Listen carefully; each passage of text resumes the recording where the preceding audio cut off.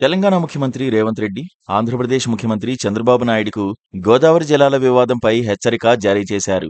ప్రధానమంత్రి మోదీ మీరు చెబితే వినవచ్చు, కానీ మా తెలంగాణ ప్రయోజనాలను వదులుకోం. మా హక్కులు హరిస్తే న్యాయస్థానాలను ఆశ్రయిస్తామని రేవంత్ రెడ్డి స్పష్టం చేశారు. ఏపీ ప్రతిపాదించిన బనకచెర్ల లింకు ప్రాజెక్టు నేపథ్యంలో ఈ వ్యాఖ్యలు ప్రాధాన్యతను సంతరించుకున్నాయి. ఈ ప్రాజెక్టును ఎలా అడ్డుకోవాలో తమకు తెలుసని, తమ హక్కుల కోసం ఎక్కడా రాజీ పడబోమని సీఎం ధీమా వ్యక్తం చేశారు. ఇది ఇరు రాష్ట్రాల మధ్య జల వివాదాలను మరోసారి ప్రజల దృష్టికి తీసుకువచ్చింది. నిధులు లేవు, నీళ్లు కూడా ఆగుతలేవు. నీళ్లు కిందకి పోతే చంద్రబాబు ఎత్తుకుపోతున్నాడు అంటూ సీఎం రేవంత్ రెడ్డి ఆగ్రహం వ్యక్తం చేశారు. బనకచెర్ల ప్రాజెక్టును ఉద్దేశించి చేసిన ఈ వ్యాఖ్యలు గోదావరి జలాలపై తెలంగాణకు ఉన్న హక్కులను స్పష్టం చేశాయి. తెలంగాణకు గోదావరిలో హక్కుగా ఉన్న 968 టీఎంసీల నీటి వినియోగానికి మొదట అనుమతించాలని రేవంత్ రెడ్డి డిమాండ్ చేశారు.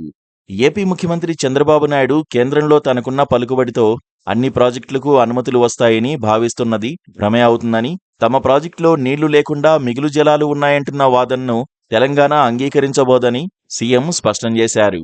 ఆంధ్రప్రదేశ్ ప్రభుత్వం గోదావరిలో 3000 టీఎంసీల మిగులు జలాలు ఉన్నాయని వాదిస్తున్నప్పటికీ మొదట తెలంగాణ తన వాటాను వినియోగించుకునేందుకు క్లియరెన్స్ ఇవ్వాలని రేవంత్ రెడ్డి సూచించారు. మీ నీరును మీరు వాడుకోండి అని ఆయన సూటిగా చెప్పారు.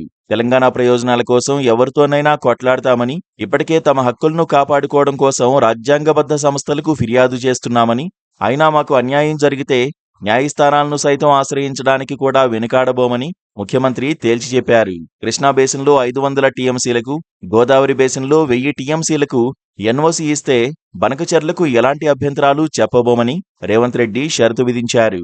ఇది తెలంగాణ నదీ జలాల వినియోగానికి సంబంధించిన సుదీర్ఘంగా పెండింగ్లో ఉన్న సమస్యలకు పరిష్కారం చూపాలని కోరుతోంది. గత 10 ఏళ్లలో కృష్ణా జలాల్లో కేటాయించిన 299 టీఎంసీలను ఏనాడైనా వాడుకున్నారా అని కేసీఆర్ను ప్రశ్నిస్తూ గత పాలనలో తెలంగాణకు అన్యాయం జరిగిందని విమర్శించారు. 5 నెలలుగా తెలంగాణ అభ్యంతరాలతోనే బనకచెర్ల అనుమతిపై కేంద్రం పునరాలోచనలో పడిందని రేవంత్ పేర్కొన్నారు. Please subscribe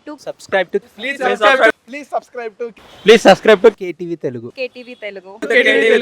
KTV Telugu. KTV Telugu. KTV Telugu channel.